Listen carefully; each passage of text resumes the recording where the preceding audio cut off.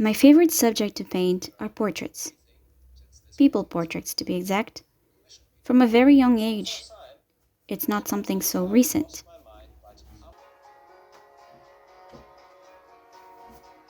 I believe I was still in high school when I began looking for more artists that painted the same subject I wanted to paint. And not long after, I was doing my own attempts at portrait drawing. I've always had a preference for the beauty of the feminine. And after that came the need for more knowledge on the matter, the studying of the subject in a more analytical aspect.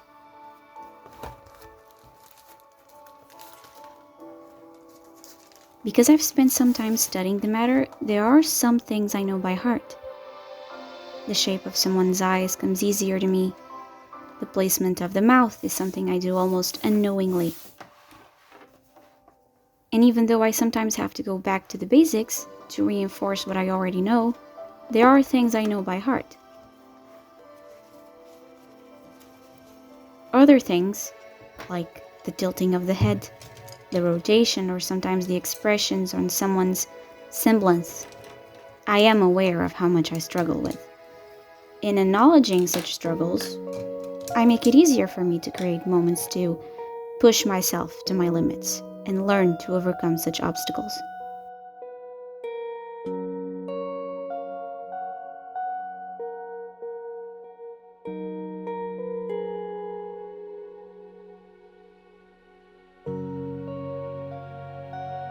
However, sometimes I don't think people understand the why. Why portraits? Why paint portraits of women so much? Do I prefer women instead of men? What's the point of a portrait? I like to think that when I paint a portrait, I'm portraying a feeling, an emotion. I like to think I'm allowing the viewer to look inside someone's soul and immerse themselves within their possibility. The possibility to see something others wouldn't be able to perceive. The possibility of interpretation.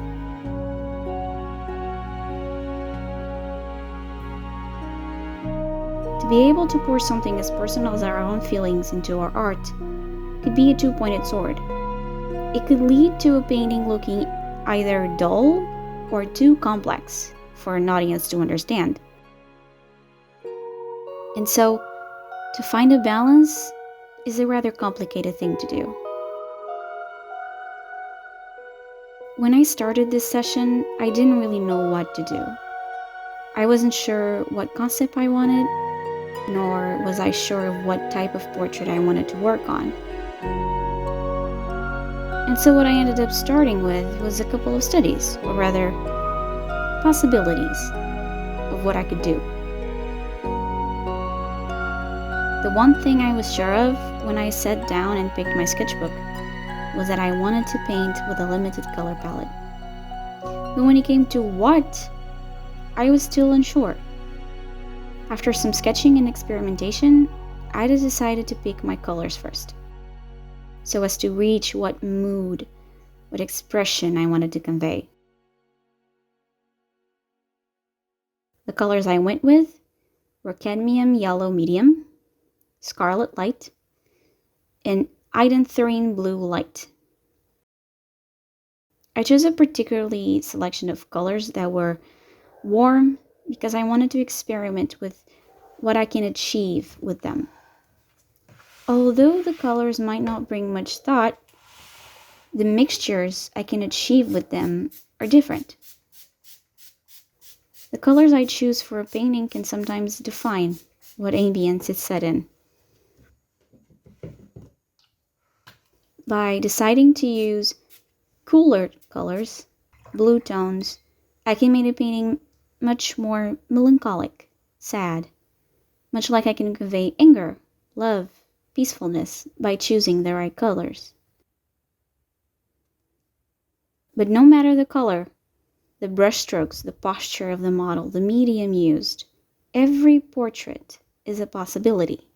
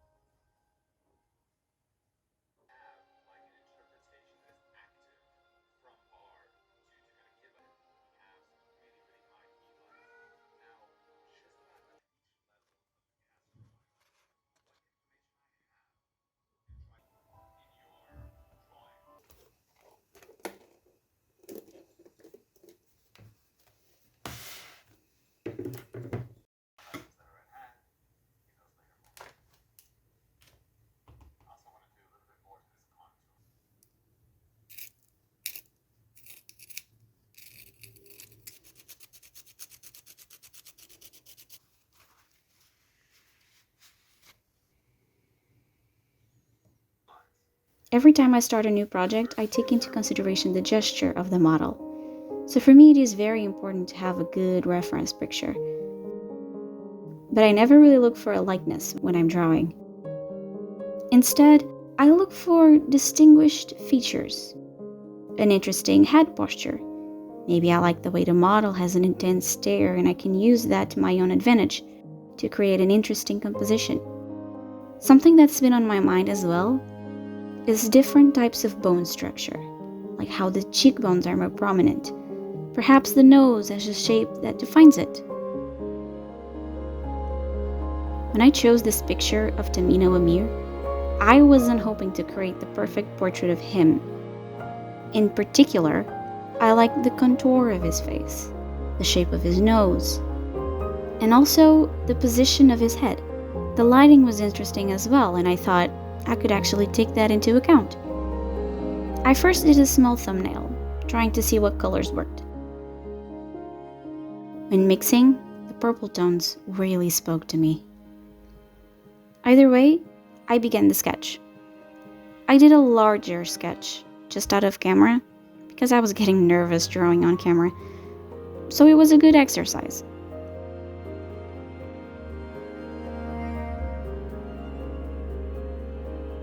I remember as I was doing the sketch, starting to think of how I could make the features stand out with the colors, how I could make the lighting interesting with the colors I could create, how the painting could turn cooler and warmer in tones.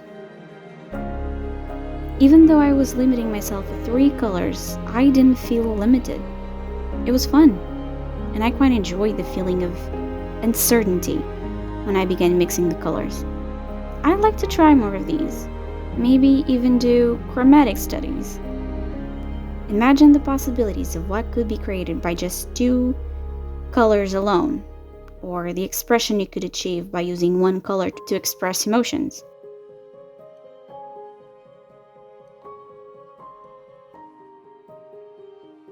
Portraits can be a way to come closer to our humanity, our nature. It can show the most deepest, darkest, and most private feelings of someone. When you take someone's picture, you capture a moment, a memory. I believe that when you paint a portrait, you capture a feeling. One of the reasons I like surrealism is that it allows me to create a setting for these portraits, to create a fantastical scenario in which these emotions can thrive.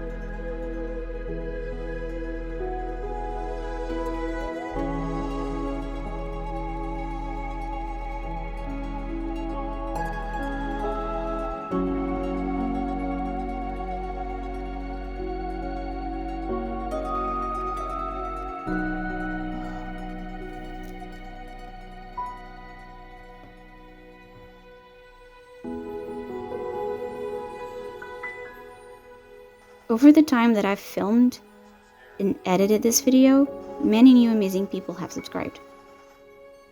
For that, I am truly thankful and happy. Your support means the world to me. If you'd like, follow me on Instagram, where you can see some behind the scenes. I've also set up a Ko-fi account, where I'll be sharing some more sketchbook things and some of the process of my paintings. So feel free to leave a small donation if you'd like. So, this is the end of the video. I hope you enjoyed it, and if you did, make sure to leave a like, comment,